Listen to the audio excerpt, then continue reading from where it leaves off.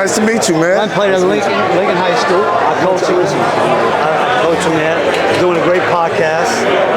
He said, "Yeah." Let's make it happen. Let's make it happen, man. Pitt legend, most winningest player in the history of Pitt basketball. Wow. Most games in Pitt.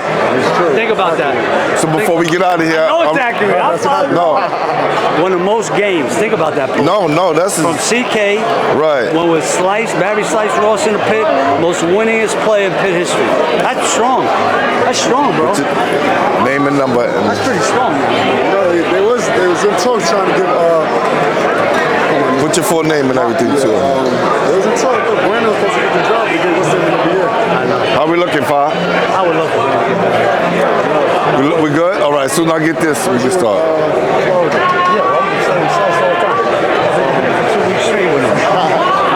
There next week. Me too, man. Hey, team's playing.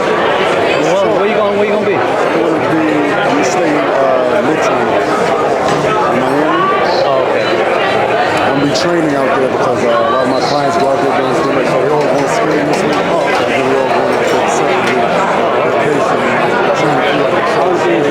My team is playing in a place called Wellington. I got an AAU team out of Fort Lauderdale. I know you heard this high school Calvary Christian. They won a state championship. They had a McDonald's All-American last year, Sean Abaya. Anyway, I'm coaching the 16-year team. I'm still in Jersey. I do some stuff here. Well, I got your number. All right. Nice to meet you, man. All right, cool. Hey, stick around, man. I may want to get you in here. Maybe want to get you in here real quick. All right. Welcome to Varsity Media / Basketball Heads. And let's get this again. All right, welcome to Varsity Media in conjunction with Basketball Heads. We're doing some interviews for New York City legendary scout person, humanitarian, and man himself, Mr. Tom Konchalski. I'm here with Coach Greg Vitrone. Everybody know him as Shoes. Hey, Coach, what does the Tom Konchalski Foundation mean and the man as we celebrate him today? What he means to you? Well, Tom and I had a special relationship. A lot of people don't know this, but before my mom passed and his Aunt Jean passed, when Tom would go to 5-star in scouting, my mom would go into Tom's house and stay there and watch Aunt Jean. So Tom and I have had a very special relationship. I was a CYO kid, so he watched me, and it was very special. I played at CW Post. Tom was there for my first game and for my senior night. So, I mean, there's not a human being on this world that means more to basketball and more to just bringing young men and being a mentor. He's the greatest, was the greatest. What was it like for him to show up in the gym? Like, how would the layup line change when guys noticed Mr. Konchalski up in the stands with his pad? When Tom was in the gym, every kid put their game to the next level because they knew he was going to give you a fair evaluation and you better bring your A game. The one great thing about Tom, though, he would always go watch guys play once or twice or 3 times. He would always give them a fair shake of what was happening. That was the greatest thing about Tom. He had his calendar for the whole year made in June, and he was 365 days a year, Pooh. He'd be out there watching kids play. For guys like myself who, doing a lot of scouting and evaluating now, what kind of advice do you think Tom would give me in doing the job that he's done for so many years? I think Tom would tell you to be thorough, to go watch him, but I think the best advice he would give you, learn as much as you can about the player. Tom knew their birthdays, he knew their parents, he knew their brothers, how many siblings, and never forgot it. When he met you 5 years later, oh, how's your sister doing, Pooh? He got so personal and so embedded in the families that he evaluated. I think that's what made it real special. It's crazy that you say that because Coach Haskins, who's my mentor, one of my mentors, he has a recording from Mr. Konchalski that he left for him about his daughter's birthday. And I thought that was incredible. That's who Tom was. That's the type of person he was. He came to my son's last senior game when he played in high school, came to my family christenings. He's just a special person. I mean, I wouldn't be in coaching if it wasn't for him, to be real honest. He taught me a lot about the business. Y'all heard here first, Coach Greg Patron, Tom Konchalski Foundation. Thank you. Thank you, Pete. Appreciate you. Yeah. Okay, you want to go past? Okay. We're back. Mr. Ed Hall, Board of Directors, Tom Konchalski Foundation. Yes, I was with Tom in 1972. Wow. I knew him 49 years before he passed. I was so pleased to join the board of directors when Joe Dunleavy and others asked me to be a part of it. And this is my first year here because I live in Florida, so I came up for this particular year. This is terrific. It's the spirit of the game, honoring the spirit of the game. Yes, he was such a great man and done a lot for so many people here in the city and around the country. But let's talk about the foundation and why things like this is so important for us to remember the legacy of Mr. Konchalski. Well, I was sitting with Pete Gillen just a few minutes ago, and we were talking about the honorees, the people that we're going to recognize tonight. And he made a great point that we're honoring the people who should be honored. The people who live New York City basketball, or East Coast basketball, and do things the right way. And of course, we all know Tom's reputation is he always did things the right way. Listen, he has such an impact in my life, changed the direction of so many. You have so many coaches here and so many people here celebrating his life, and you coming from Florida, when you was coming up here, what were some of the things you wanted to get out of coming to this brunch today? Well, renew old friendships. All of my interaction with the board is on Zoom meetings, so I don't get to see them on a regular basis. Most of them are New York City folks.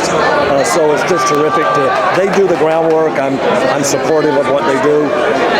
And I know, the Summer League and the tournament over at Malloy High School, and we send kids to camps and things like that. They do all the groundwork, but I'm just so proud to be part of the support system behind things, behind the curtains a little bit.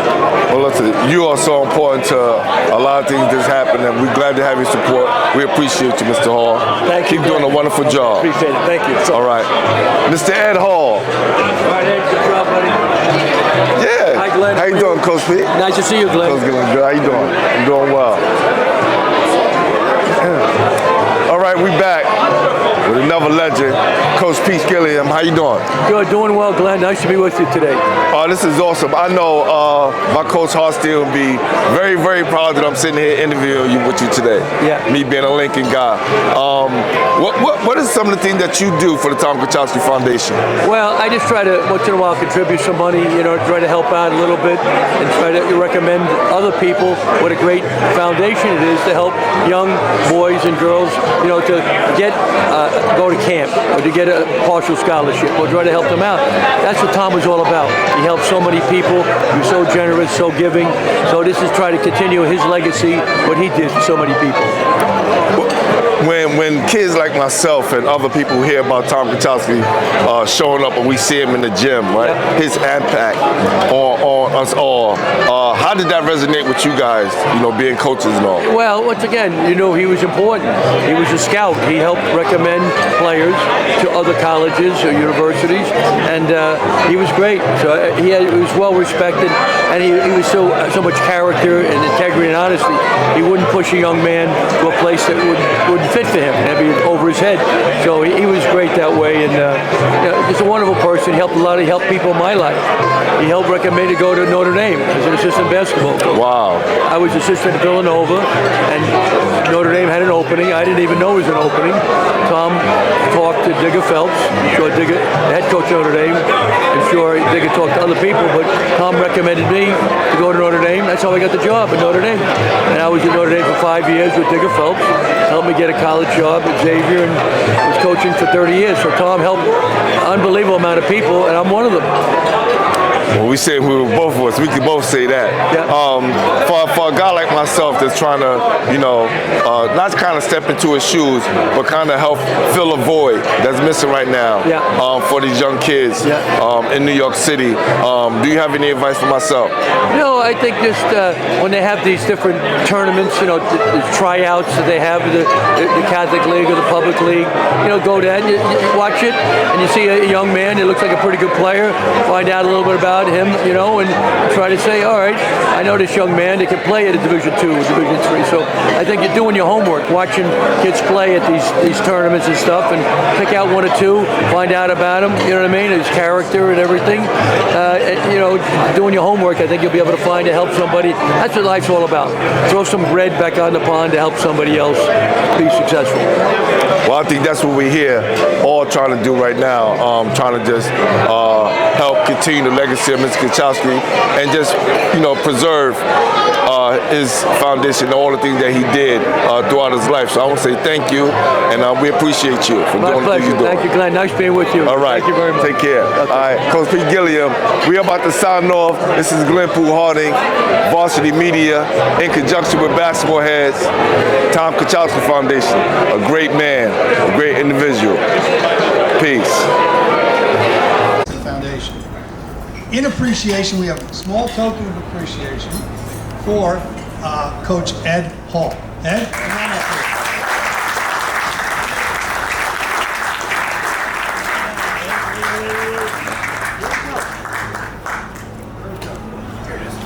Here we go. Oh, I'm sorry. Oh,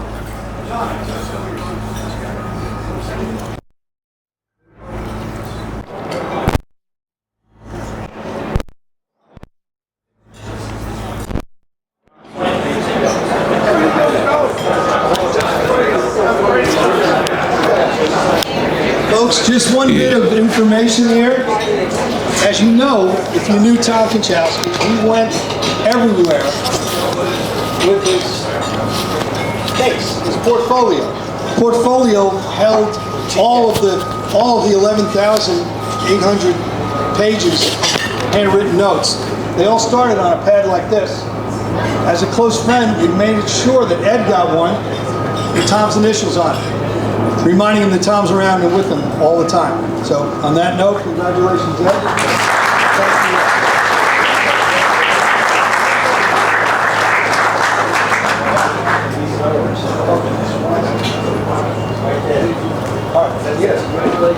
All right, here we go.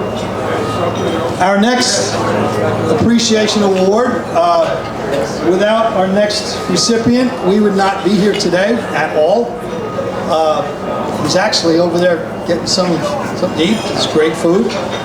But we wanted to show our sign of appreciation to Mr. Weinstein. We've got a simple gift for him. It's a bag with his initials on it. And we want to thank Michael Weinstein for allowing us to be here. Yeah, that's it. There you go. All right, here we go. Wow. Here we go. Can we jump in this thing? Let's open this thing. There we go. Let's get the letters out there. There you go. All right, so let's picture it, Mike. All right, Mike. Yeah.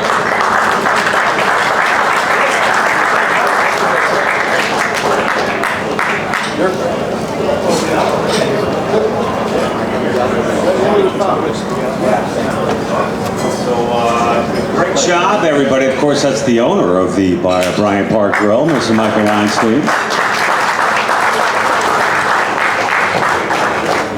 And, I wanted to ask Joe D, do any original copies of the HSBI report exist? Who has the largest collection, and where can I get one?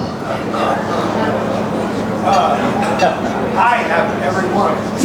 Okay, so you are the historian of record. Tell us a little bit about that, because you could be making millions on eBay if you start selling these things. I want one framed in my man cave, which I don't have yet. Folks, the only successful sentence you can put me in with history, because I was terrible, in school, so I was not a good history student, is the fact that I have all of Tom's history in my garage. All 11,085 pages of his handwritten notes are stored, and every one of his existing HSBR reports that he had still available when Tom passed away, we kept copies, and I have those sitting in storage in a safe place. It's not anywhere near the floor, and they'll be good, but I do have all of Tom's, so yes, I can get you one. I'd be happy to, and Tom would be happy that you had it, and I'm talking way too much, so there we go. Okay, guys. And for some of the younger folks, you know, Tom never owned a computer, no cell phone, and he would literally, with an old school typewriter, crank this thing out that some of the most powerful names in all of basketball relied on at least once a month up until Tom stopped publishing. I think, what was it, Joe, around 2022? Anyway, let's move on. And Barry, good stuff for you to bring up in your Scout and Scholar documentary coming up. We could get some original copies, right? And incorporate that. I want to hear a little bit more about that later, if I don't want to put you on the spot. After the awards, is it a deal? You can come up, tell us? Okay. That's Barry Slice Rorson, folks. Okay, moving on, everybody. Hey, man, we got the former Iona University athletic director. I think he's going to come up here. Richie Pett is in the house. And Rich Petriccioni, everybody. And he's going to talk about our Lifetime Achievement Award winner. Drum roll, please. Rich Petriccioni.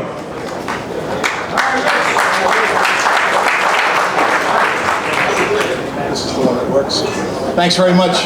Before I introduce our Lifetime Achievement Award winner, on behalf of the board and the development committee of the board, this is our biggest fundraiser of the year, obviously, our main fundraiser. And I just want to say thank you so much to everybody that's here. Just the fact that you're here says so much about you, that we feel like we know you because you're here. You're here to celebrate Tom and his legacy of integrity and values of the game. You're here because it's March Madness. You're here for basketball. You're here to honor some of these terrific legends that we honor, and some of our past honorees that are here, including Coach Gillen. We do need your support, though. We need you to come to this event every year. And when you get an email from John Coleman or you get a letter from Steve Konchalski that asks you to support our Tom Konchalski Foundation, you usually will get 1 or 2 emails a year asking for support.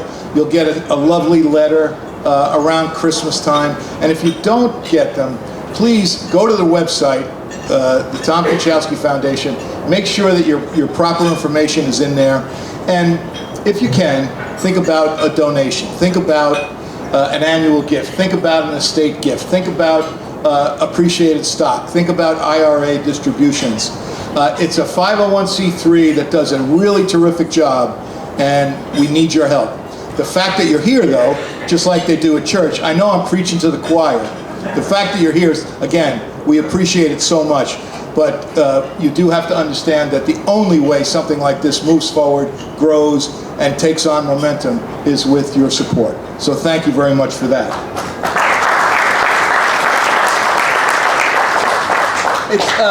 It's a fitting honor that we give a Lifetime Achievement Award to our next recipient, and not necessarily because he was a grammar school and a high school basketball coach for over 50 years, 586 wins, 3 CHSAA championships, guys that went and played in the pros, guys that went and won national championships. His career at Cardinal Hayes High School, and before that Stepinac and St. Barnabas, is legendary. Literally, he's a legend. What's cool about Mr. Tom Murray, though, is that Mr. Murray could also be a winner of the Values of the Game Award. He could also be a winner of the Spirit of the Game Award. I've had the pleasure and the privilege of knowing Tom Murray for over 50 years. I was a Cardinal Hayes High School graduate, and like many people and some in the room, got started by Mr. Murray In my case, it was, hey, Pat, you're not good enough to be on the team, but would you take the clipboard and help us out? That started my career a long time ago, and it worked out pretty well for me. But what is more impressive, and why Mr. Murray is so fitting for this, is because of the kind of Catholic gentleman that he is, and that we know Tom Konchalski was. They were very similar in being daily communicants, in understanding that we're here for a reason. We're here to help kids. We're here to support our families. With his wife Mary and his 2 daughters and his sons and his grandchildren, he really is the epitome of what you want a high school coach to be. He's just one of the finest people that any of us have ever had the chance to get to know. And whether it was Cardinal Hayes or John B. Maricamp or these last years that he's been retired, he stays in touch with literally hundreds and hundreds of people. He's omnipresent in Woodlawn, and his legacy at Hayes as a winning coach, and then as somebody who did it the right way and wanted to win, but wanted to win because we had the best kids that wound up coming to Hayes, and he coached them. It's my distinct privilege to welcome Coach Tom Murray to the podium. Tommy!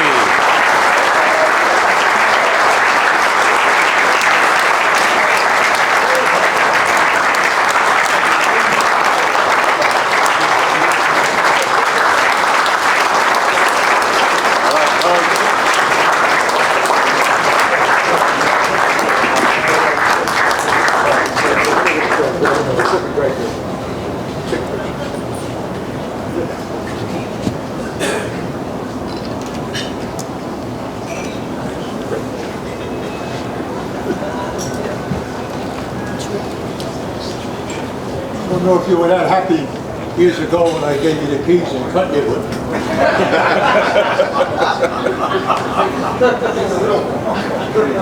I'm standing here today, I'm very fortunate. I'm a result of Catholic school coaches and teachers. My father died when I was 11 years old. My mother raised myself and my 2 younger sisters. She was a tough old Irish girl. Took the 4 bus down to the 4 train and came down to Mazzoletti's at 40 Pine. And she hung in there through hell and high water. Something happened at the first parents' night when I was at Iona Prep, and she met Mr. Joe Lamus, my history teacher, the varsity baseball coach, the athletic director, and he was also a guy that played 1 year with the Steelers as an offensive lineman, so you know what the hell I'm talking about, what type of person he was. Well, the next day of class, he said very nicely, "Murray, see me at the end of class." At the end of class, he told me, "You're the new varsity baseball manager." I was 13 years old. I wasn't talking back to him at all. And that started my career. First it was baseball, then basketball, and in senior year football, and I learned how to screw on those mud cleats, what are definitely illegal today, so the guys didn't get their knees caught in the grass. At Iona, I came across Fritz Massman. He was a school trainer and a college trainer, and he kept me busy there. He went on to a great career himself. He spent 20 years with the Nets. God bless Fritz, just a wonderful man. So he kept me occupied and, once again, kept me out of trouble. Upon graduating from the prep, the brothers were able to get rid of me and push me through. I went to Iona College, and I managed basketball, freshman and varsity. But after the first year, they thought it would be best if I no longer stayed in that position, as it affected my GPO. So, in my free time, I started coaching, and I coached at St. Barnabas. And I had some kids that could play basketball. Jeff Cronin went on to start at the Mount. Frankie McLaughlin went on to start at Fordham Prep and later at the college. So I was very successful. I started to think of what I was going to do to beat the system. You know, the postal guys, they worked from 6 to 2. and I'd be free at 2 o'clock to coach. But then Jack Donahue from my parish, a successful coach himself at Tolentine and later at Power, he got in my ear and preached to me and hounded me on the value if I could get my college degree, I could end up teaching and coaching at the high school level. So I went to the Catholic New York and I found St. Mary's of the Plains in Dodge City, Kansas. And run by the Sisters of St. Joseph's, 450 students, good football program, good basketball program. Our center played 9 years in the ABA. And for you old timers, there was a guy by the name of Bobby McLaughlin. He was in Smith and Street to be starting for LSU, but he was in the back court at St. Mary's of the Plains. So I don't know how legal we are now that I know what rules and regulations are. But I followed Jack's advice and went out to St. Mary's. Before my second year of school, I married my sweetheart of 62 years, Mary, and she came along with me. She came along with me, and just as luck has it, the president of the college needed a secretary.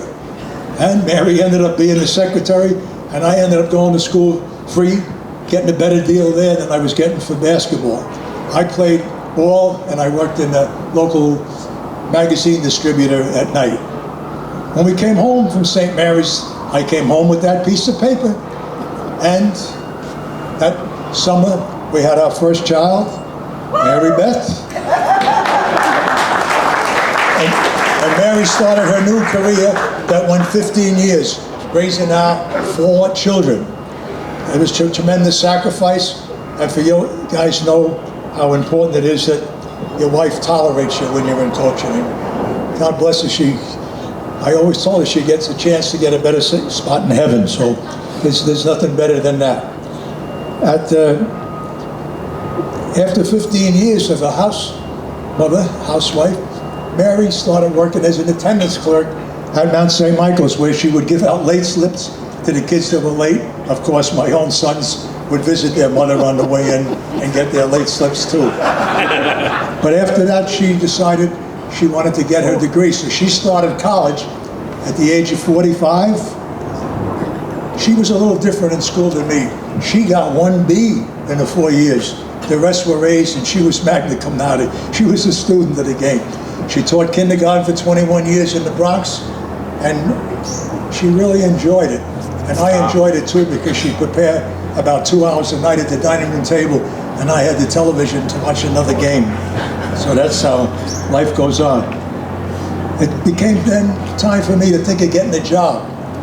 And once again, Harry Beale, a Catholic high school referee and an educator in the public school system, had friends at Stebenac. So he made arrangements for me to go up and see Father O'Keefe at Stebenac, and then Monsignor Fitzgerald. So they hired me to teach history, and they started a new course in Asian studies. So you stayed 1 page ahead of the kids. And then I also did freshman English. When I moved to the main building, I went completely into the history department, and I coached JV football, JV basketball, and I was a varsity assistant. We were very fortunate there. We had some good players. Frank Magaletta went on to a fine career at Fairfield, and Artie White went on to a better career at Georgetown. The Hayes job opened up. And little did I know it, actually looking back on it, that was an inside job. From one preschool to another preschool. The head of my department at Stebenac, Father Fitz, was formerly at Hayes. They moved him from Hayes to Stebenac when Stebenac opened. He was a classmate, a roommate of Monsignor Peters in the seminary. Monsignor Peters was hiring the new basketball coach at Cardinal Hayes High School. Why was the moderator of athletics hiring me? Because the principal, Father Pavis, a tremendous sportsman, had hired Nick Workman to come and coach the basketball team. But after Nick's first year, he went back to the Celtics to try out again, and Hayes had an interim coach for the year, and they went 1-17. So it was a nice job to walk into. At Hayes, there was tremendous support from the principal to the dean of discipline, Monsignor McCormick. The school, he had control of everything. There was no fooling around. I had the athletic department. Mr. Gallagher was the athletic director. He was a former coach. Joe Tricario was a great guy. He was the assistant AD. He was a successful football coach. And then I also leaned on Mr. Lesser and the guidance department, because they could tell me down the road if a kid could do the work at the colleges, because you can never really believe the college coaches when they were going to tell you, we'll get them the help and they'll get through. So I counted on the guidance department to help me out. Well, as we moved along at Hayes, I was very fortunate. In the 70s and 80s, I had a bunch of D1 players. In the college, going into the college level, I had Black, who was successful at Carolina, Walker, who was successful at Xavier, Giscombe, who was successful at Connecticut, and Alvin Lott, who just passed away, who was successful at Bonaventure. I had probably over about 20-something scholarships. But there was another more important group, and they were the kids that had a desire to play basketball. They had grades, and they had the financial need. And that's where Tom Konchalski came involved. The way he got the kids' names out on his service, but his relationship with coaches, that was some source for a Division III guy that wanted to work, to come in and take advantage and get the kids on a good financial aid package. Now, it's mentioned about me in the booklet there that we also had an outstanding player by the name of Jamal Mashburn. I don't take any credit for pushing Jamal along. The first 2 years, I pushed the wrong buttons. 6'5" coming in and shooting the ball from the outside, I was a little old-fashioned. Big guys should get under the basket, but in the last month of his senior year, I pushed another button. It said, let him go. And I let him go, and he took his friends on a trip. They beat Laughlin, a good Tolentine team, and O'Hallows for the city championship. I give all credit, though, to Rick Pitino and his staff at Kentucky. And if you saw St. John's play last night, you know what the hell I'm talking about, because he motivates those kids, and I'm sure he's responsible for motivating John. But Tom Konchalski, what he did for all of us coaches in the Catholic League, in the PSAL, any place there was a game of basketball, he had his pad around. And he would help kids after kids after kids. And when I look at it and I say to myself, well, when he got up above and St. Peter's greeted him, he said, well done, my kind and faithful servant. And what do we say down here to Tom? May you rest in peace, amen. God bless you, and thanks for this opportunity to think of the people that helped me and to say thank you to Tom Konchalski. Thank you.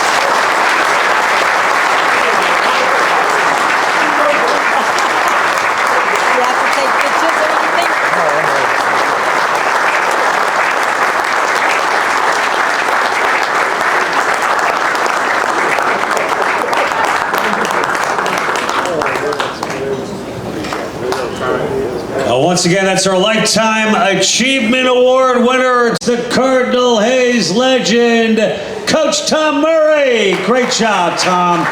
Man, I was hanging on every word.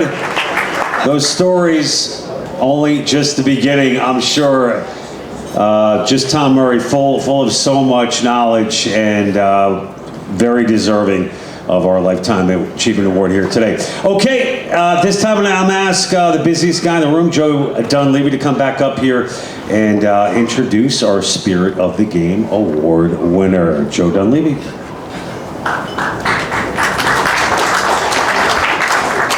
Thank you, folks. Thank you. The second award today goes to a very good friend of Tom's, who's a lot like Tom. He spent his life, most of his life, as Tom did, helping and being of service to others. Jim had a career professionally for the probation department, the U.S. probation department, where he helped a number of people that way that found their way back to being part of our society. And if you are from Long Island, then his name, you don't need an introduction.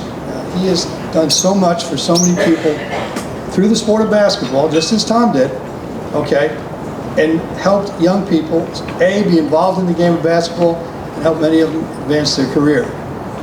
He founded what's now known as the New York Lightning. It started as the Long Island Lightning and it grew to be one of the biggest and most successful and most popular AAU programs, not in New York, but in the country. Okay? He also, I'm losing my train of thought here, I'm sorry folks. One other thing, folks, and I'm sorry, I screwed up. I don't have it right. A dear friend of Tom's, a winner in every aspect of what we want in basketball, dear friend of this foundation, and the recipient this year of the Spirit of the Game. Please welcome Jim Fox.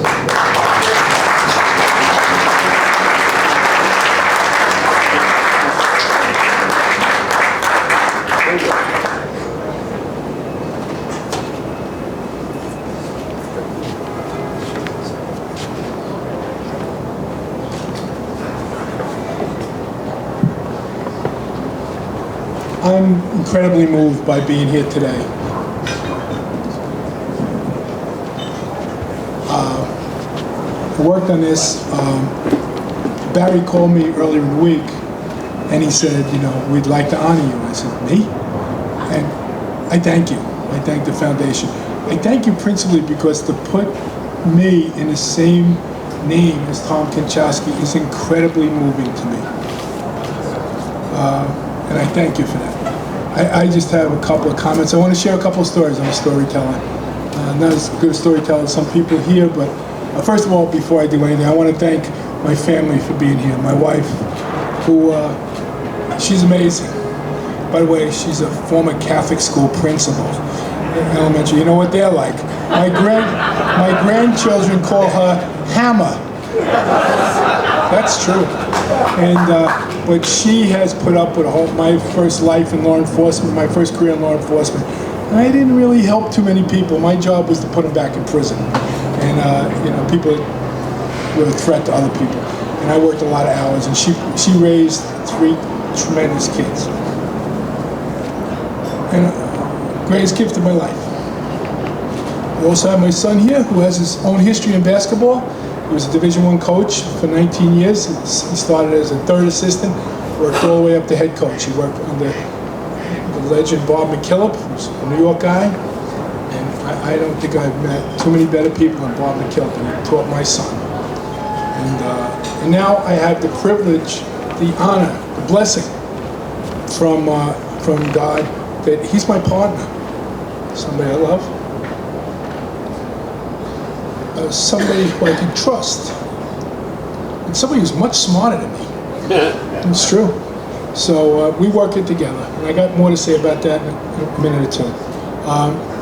So Tom Konchalski, I mean, I don't have to repeat what's being said here. What an amazing human being. Yes, I agree with the saint stuff, and if somebody disagrees with that, they're wrong. He was a saint on earth. So I got some stories. I got 2 stories. Tom, I run AAU in New York. I know we take a lot of beef, and you know, AAU this, AAU that, but I don't care about that. Tom didn't care about it. Tom would come out. We had this thing in AAU, Championship Monday, every Memorial Day. Tom would come out. He'd come early and stay until it was over. And Tom would, I don't think I ever saw Tom sit, by the way. He would stand between the courts. I ran Island Garden at the time. And Tom would sit there, and there would be literally tons of kids in and out. And always the air conditioner broke down about 1 o'clock. It got really hot in there, really smelly. Never bothered Tom, never bothered the kids. I used to go up to each team that played in this championship game, whatever age group they were, whatever level they were. I said, you know, anybody in New York basketball played here in Championship Monday.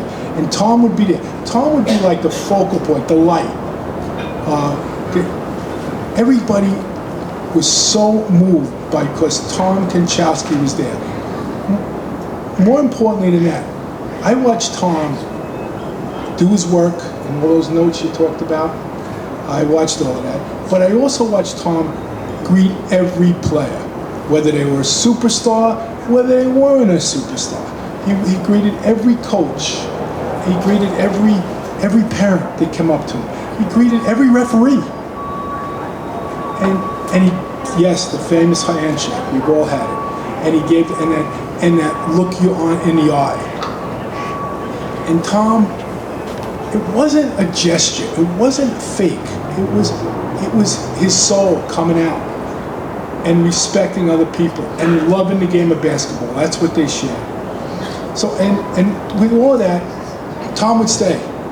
And I give him a hot dog. He always wanted to pay. No, Tom, you can't pay. And we get him a hot dog. And then at the end of the day, it was our custom that I would drive him to the train station in Hempstead. I said, Tom, let me drive you home. You know, I mean, I would have loved to spend a half hour in a car with Tom, but no, I had to drive him because I respected him. And when we drove that less than 10 minutes from the Island Garden to Hempstead, Stacy, we talked about the game of basketball, we talked about family, and we talked about how important basketball was to kids. And that was my honor every year. And it was also my mandate to make sure I did as good a job as possible. Which brings me to my next story. Tom would come in, and he would come into the Island Garden, and he would say, I love this place because everybody's respected here. And he said, you know what this place stands for? Ball for all. Ball for all. It doesn't matter how much money you have or you didn't have. It didn't matter your race, your ethnic origin, nothing. It only mattered that basketball was all about bringing people together. And that was Tom Konchalski, bringing people together. And that was my mandate every day. And I get a lot of complaints, trust me. You want to follow me one day soon? But not Tom. So my mind is always respect. And that was what Tom taught me for my whole life. Okay? And that's it. And I have one last thing to say, is that we're in the midst of building another facility, well, about to build another. Don't even ask me about that. But we're close. I'm never giving up. We're very close. And when we build that facility on Long Island, there's going to be, I told Slice, I said, there's going to be a part of that facility that's going to be dedicated to Tom Konchalski. Because I want what Tom brought to the game to get to every kid that walks in that facility for years, decades, and I hope centuries. And we can pass on, when we're all gone, that memorial of Tom and what he stood for will live in our new facility out there. Say a prayer that we get it. We're close. We're in the, what do they call it, the red zone in football? I don't know. Red zone? We're not in the end zone yet, but we're there. And the one thing also that motivates me, I've had the blessing, because remember, Tom is in the back of my head. Respect, love of the game, it's for everybody. And I've been tasked with renewing the AAU nationally. My wife's not real favor of this thing, but because she says, are you crazy at this point in your life? But I'm doing it, and I have fortunate, I have a son that's now the director of training for AAU, and because we want to train kids. And you know what, we just want the kids to love the game, as Tom loved the game. And I thank God for Tom Konchalski in my life. And I want to pass this on to everybody. Thank you very much.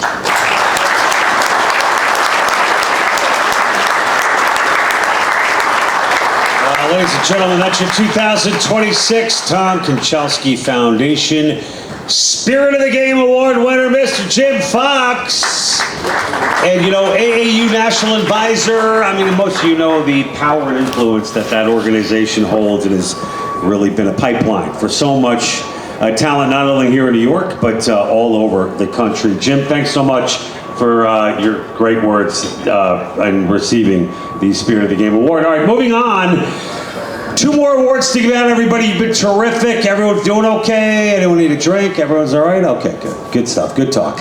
Let's move on. Now introducing this guy, Mr. Big Shot here in the room today. Got a couple of teams to a lot of high places, including a Sweet 16, former coach of Providence, Xavier, and the University of Virginia. Let's give it up for the current CBS Sports studio analyst, the legend himself, Mr. Pete Gillen. How was that for an introduction, sir? I owe John a lot of money for that introduction, I mean, for sure. First of all, I'd like to thank Mike Weinstein, who just stepped out for a second, for hosting this event. I mean, can you imagine have a place like this, all right? The food that we had, all right? Nothing, nada. His generosity, nothing. So not many people would be that generous year after year to have a place, a beautiful place in New York City, the heart of New York, right? Terrific food, great venue. So let's have a little hand for Michael Weinstein, who just stepped out for a second. Next, I'd like to thank the people, the heart and soul of the foundation. If I miss somebody, please forgive me. But Barry Rawson, Joe Dunleavy, okay, and Ed Hall for putting this affair together every year. Thank you. A little hand for them. And I'd like to congratulate the honorees, Jerry Quinn, a legend, St. Thomas More in Connecticut, over 1,200 victories, put tons of young men into scholarships. He's done an unbelievable job. Mike Murray was up here for a while. Cardinal Hayes, another legend. Okay, Dick Hoops Weiss, we're going to talk about briefly, introduce him, and Jim Fox. So those are the character, integrity, morality, which we need a lot more of in today's society. A little hand for the group of the four that are being honored by the Tom Konchalski Foundation. I got a limit. I only have 3 minutes, so I got to talk fast. I'm from Brooklyn, so I use my hands a lot. But one brief story about Tom Murray, if I may.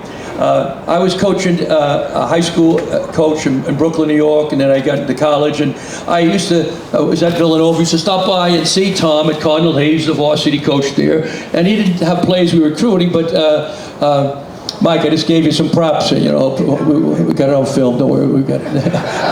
But you know, knew Tom a little bit, stopped by, and didn't have a player we were recruiting at Villanova or Notre Dame, all right, but we come over. So I became a head coach at Xavier in Cincinnati, Ohio, 1985. So I come up and I come say, hello, Tom, I just want to say, I know you don't have any place. No, Pete, you might have a player. He said, I said, really? He said, yeah. He didn't play last year. He was a junior. We had good players, but we got a guy. He's 5'10", 5'11", all right? He's a point guard. He plays for the New York City Gauchos. Go watch him play during the summer. So I went to play. I go, oh, my God, this guy's terrific.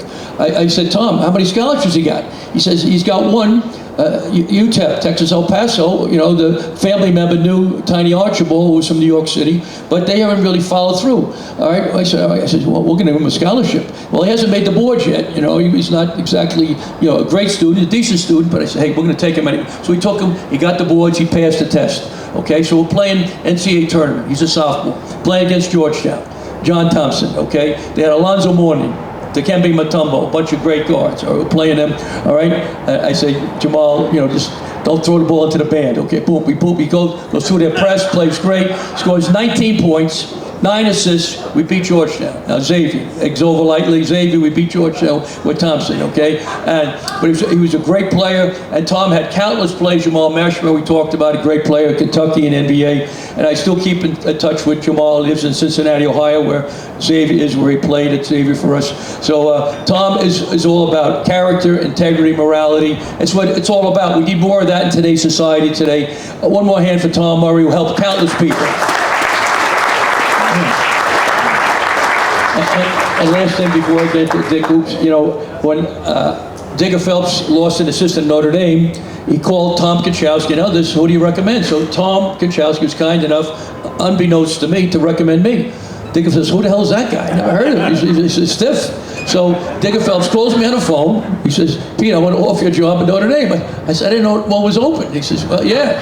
You got recommended by a couple of people. Tom Konchalski is one of them. So I said, well, Digger, I'd like to at least come out and visit Notre Dame just to make sure you're not going over to visit the Pope or going to become an ambassador in Europe or something. You know what I mean? Digger was all over the place, like scrambled eggs. So I said, you know, so you offered me the job. So without Tom Konchalski, I wouldn't have got a head assistant coach at Notre Dame. I was there for 5 years. Matty Kilcullen took my job afterwards when I went. Little hand, Matty, stand up, man. Stand up, Matty. But without Tom, I'd be, you know, pumping gas somewhere in Corona, Queens. So I want to thank Tom. But the person I'd like to introduce now, and once again, congratulate all the honorees, but Dick Hoop Weiss, I was assistant at Villanova for Rolly Massimino. That was another tough interview. I went to an interview with Roley, and I gave him a talk to him, and he's like snoring after a while. I said, I worked at the 5-star camp. I was at VMI. We did pretty well. We went to the Sweet 16 at VMI. All right, boop, boop, boop. I had a couple good players. He's yawning, he's burping. I said, well, besides, I says, my wife is 100% Italian.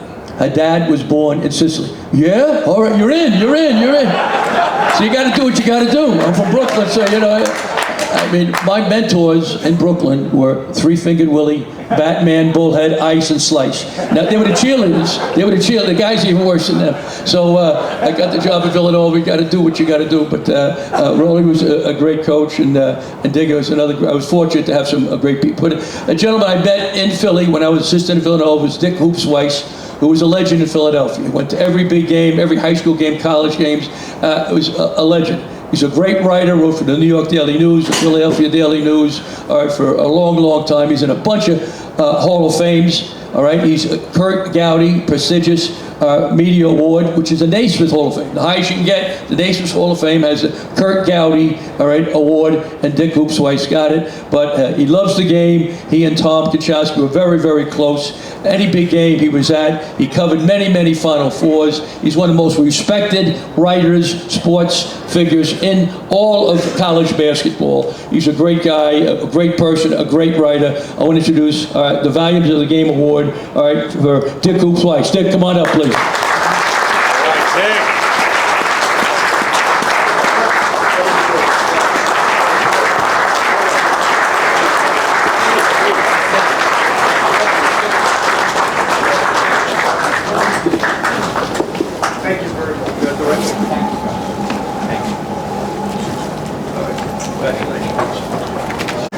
All right, thanks, Pete. We all know you're going to heaven for working with Roley. That's totally understandable.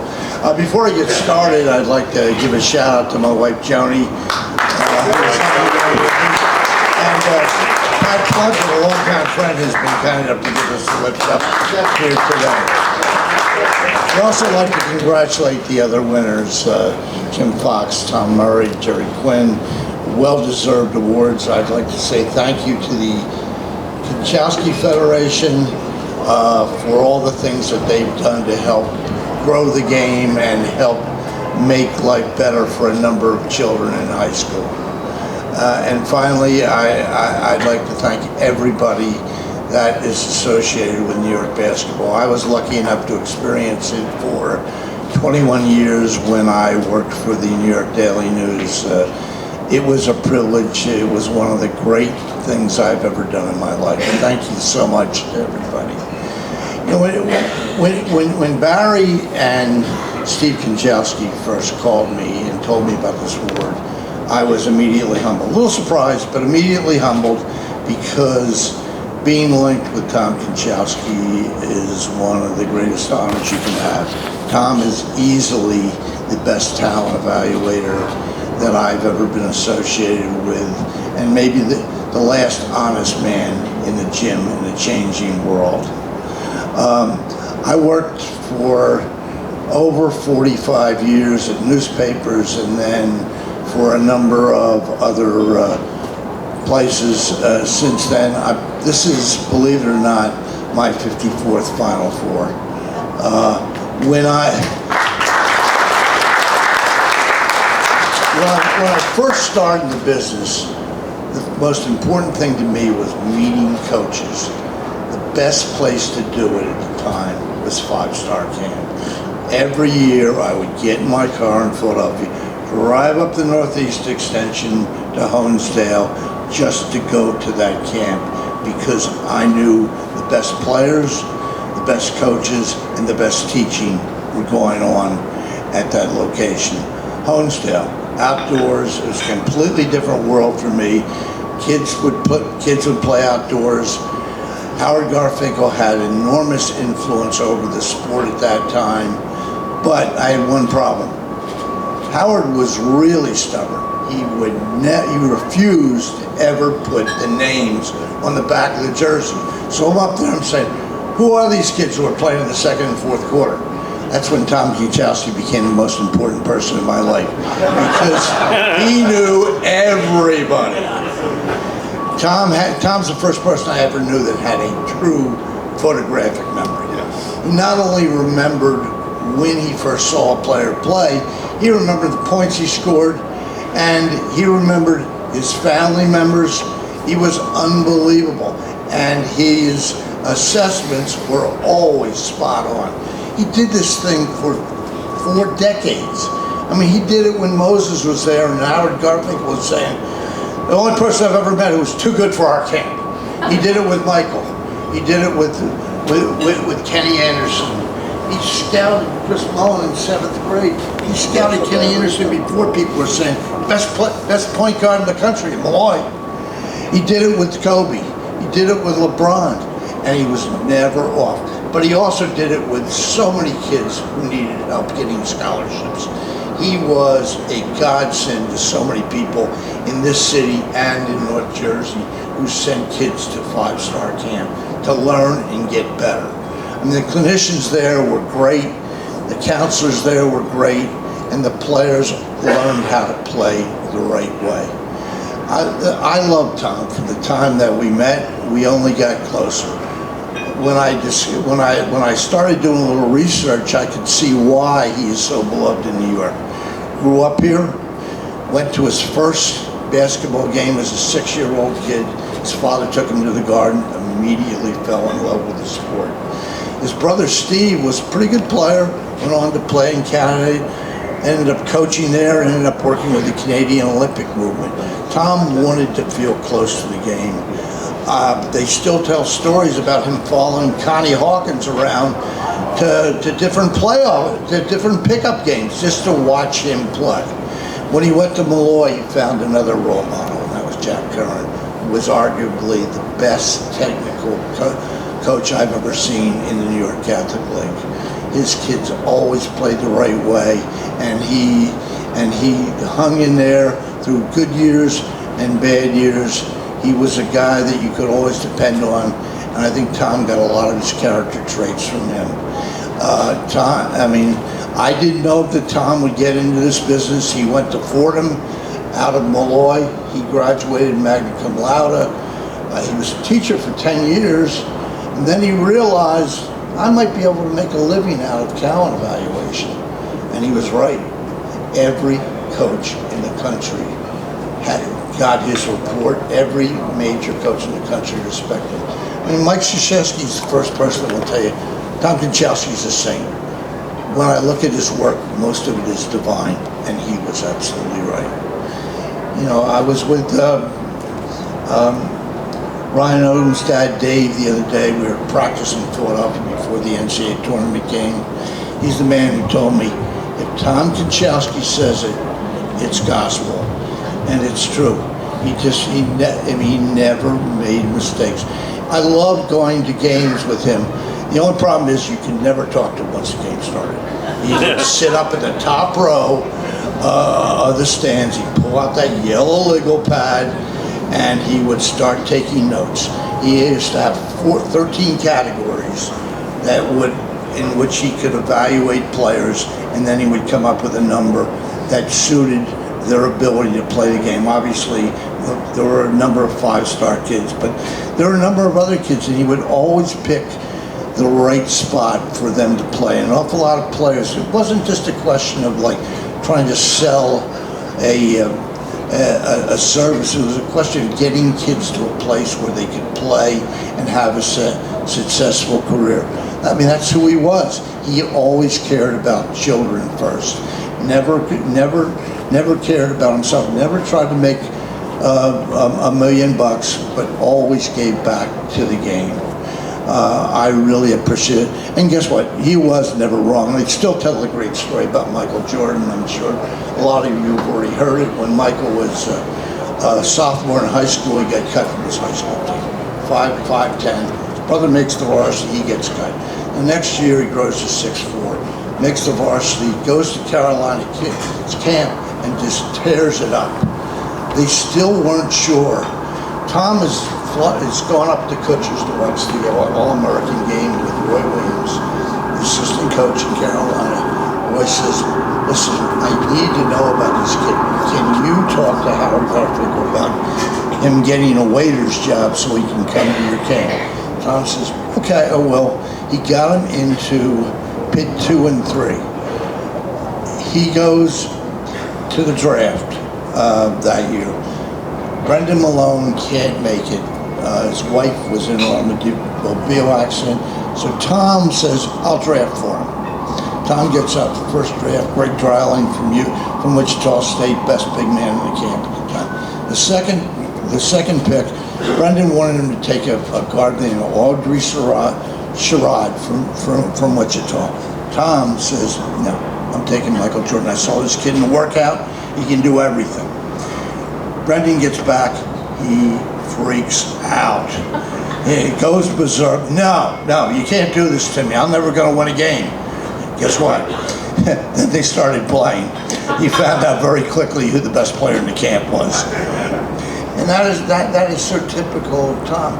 He did this thing until COVID. He would every year he would come to Philadelphia. Twice a year for the Konchalski tournament, which is a big spring tournament we have down there, and twice a year to a basketball junkies dinner that they hold to raise money for Coaches versus Cancer. And it was like royalty stepping up. You know, Tom never had a car, never had a cell phone, never had a computer. Take the train down. Alan Rubin, who was the leader of this basketball junkies group, would pick him up, take him to dinner, and they would treat him like the royalty that he was. He had so much respect because he could talk to anybody. I never heard him say a bad word about anybody. He was always measured. He was always thoughtful. I never heard him use a 4-letter word. He was everything good about the game, and I think that's important. And it's something that I tried to follow in my own career. I think that you make friends because people trust you. When I used to go to 5-star, we used to go out after camp to a place called. Later became people like Rick Pitino and John Calipari, because they knew that they could trust you. That doesn't happen very much in our business anymore. There are an awful lot of sports writers that I wouldn't necessarily even trust. But I do think that you can do this job the right way. When I went to New York, people told me 2 things. If you want to be successful up here, you either have to yell louder or no more. Final award of the day. This is the inaugural, that means what, Barry? First ever? Is that first time? English major, Johnny F. Here at Siena College. Inaugural Jack Curran Character Award winner 2026. Joey D, who you got? Okay. Folks, I just want to add this before we bring our well-deserving honoree up. We have a special guest here today that you've heard groups talk about, and all of us in this room know about 5-Star Camp. You know, I used to work it, we all worked it. And the co-founder of 5-Star Camp is a gentleman by the name of Will Klein. He's 93 years young, and every session that I worked at camp, I would become very good friends with Mr. Klein because he always gave me an advance before I left. And when he saw me, and I went up and said hello to him, he said, Dunleavy, I didn't bring my wallet today, so you're out of luck, kid. But a true visionary, as was Mr. Garfinkel, a special guest that will be at every one of these as long as he can make it. I'd like you to recognize Will Klein from 5-Star Camp.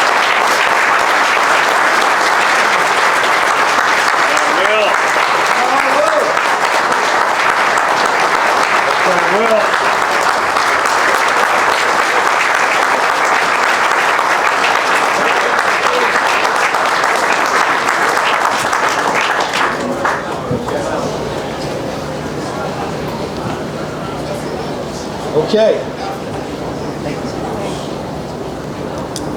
It's my pleasure to introduce our next and final honoree. It's fitting that I give this award to another Malloy grad. At Malloy, when you leave, you're called the Stanner, S-T-A-N-N-E-R. I won't tell you what that means, but from one Stanner to another. it would be for me to present this award to Jerry Quinn. We both had the privilege of playing for, in my case, trying out for, the team coached by Jack Curran. And he was legendary. And Mr. Curran was a big influence on all of our lives. And if he was here today, he would say that Jeremiah was one of our better players. He was Jerry Quinn. Come on up, Jerry.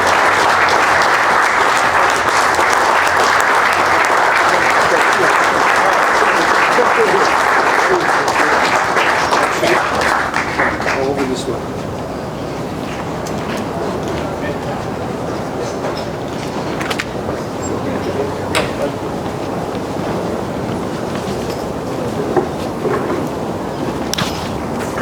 Thank you, Joe.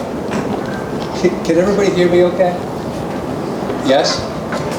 Because, thank you. About 6 months ago, I spoke at an officials banquet. And my first line was, "Can everybody hear me?" And they said yes. And they said, "You guys haven't heard a damn thing I've said for the last 30 years." So we have Dennis Kelly sitting here, and he's not listening to me already. He's the only NCAA guy I see in the joint, ex-ref.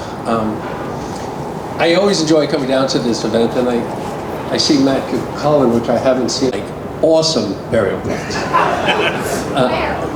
In Old Connecticut. Okay, they're really well done. Last Friday I was driving down here, and our school, St. Thomas More, runs an event in the Big East, and I was driving with my son Matt, and I mentioned, "Oh, I'm coming back," because I don't really tell a lot of people my business. I told my son Matt that I coming back next Saturday for the Konchalski Foundation. I'm getting an award called the Jack Curran Award, and he said, "Wasn't that your coach in high school?" I said, "Yeah." He says, "Is he still alive?"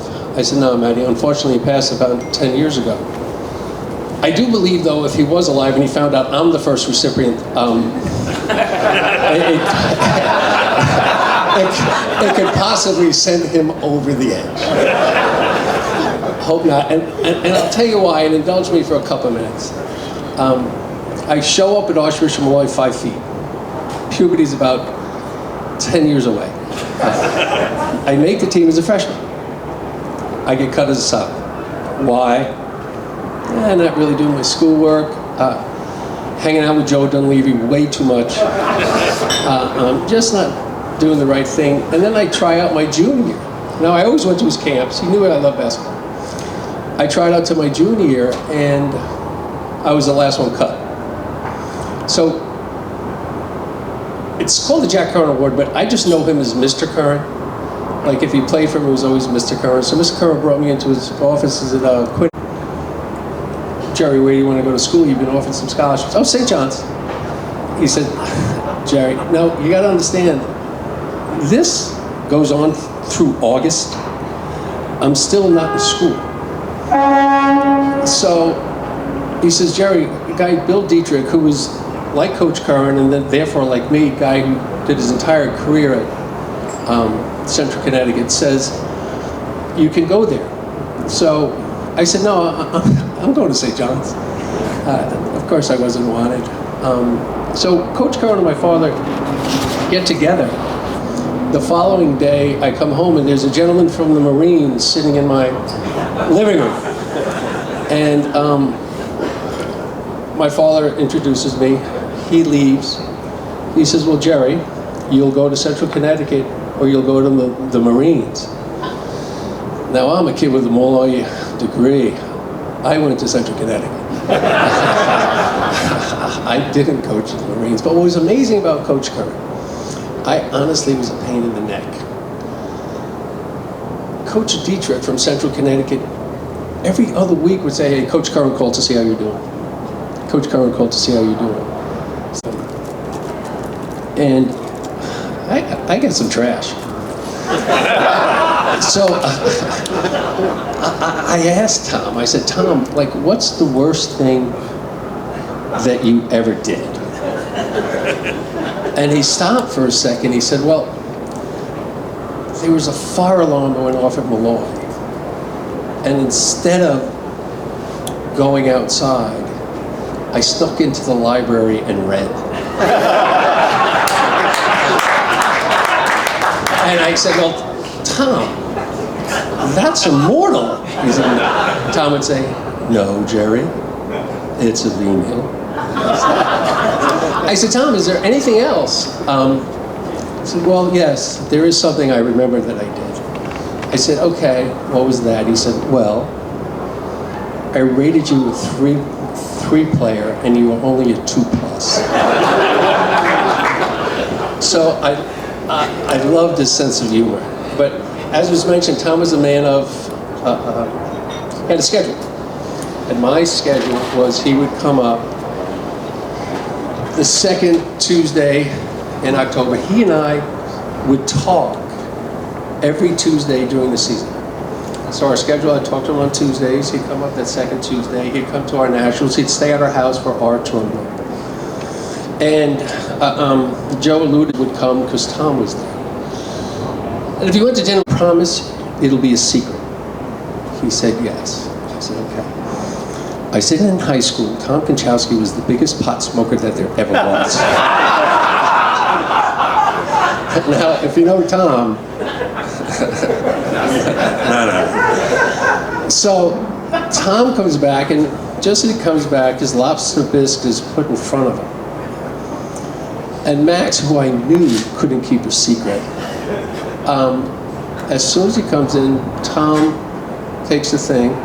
Max looks at Tom and says, Tom, Jerry said you got the name the glider because you're a big pot smoker. Well, it was like Linda Blair. The soup is flying all over the table. I immediately turned to Max. I knew you couldn't keep a secret. You were paying this tab. But what was great is like Tom would come up for the following years and I would say, Tom, are you coming up? And Tom's line would be, yes, Jerry, and I'm bringing the good stuff. So it's amazing. I'm going to finish up and I'm going to give these numbers. 718-897-5017. Anybody knows Tom, that's his phone number. Now, I'm really not a socially intelligent guy with Instagram and video, but I send Tom a message almost every other day. Because on Instagram, they run all these out-of-bounds plays, side out-of-bounds plays, philosophy plays. I don't know how to send them to myself. So I send them to Tom. And on a daily, honestly, my wife will attest, I'm downstairs and listen, what are you doing? I'm saving these things. I've never told anybody this till right now. That in Tom's phone, I probably have about 40 or 50 plays or comments from people. But the oddity is, I put in 60. He probably didn't like 10 of them and got rid of them. I'm kidding. First off, I am honored, I am humbled. This is a fabulous organization. I did forget to thank one person who was at our table, my assistant, Dan Murphy, who came. Murph's been with us 4 years, and before that, he was fortunate enough to work with Coach Hurley. And if anybody wants to talk to him about it, if he wants a ride home, you can ask him who's a better coach. And if he wants a ride home, I think he knows what the answer should be. Hey, first again, thanks again. Joey D, thanks for the invitation. I totally appreciate it. Bye now.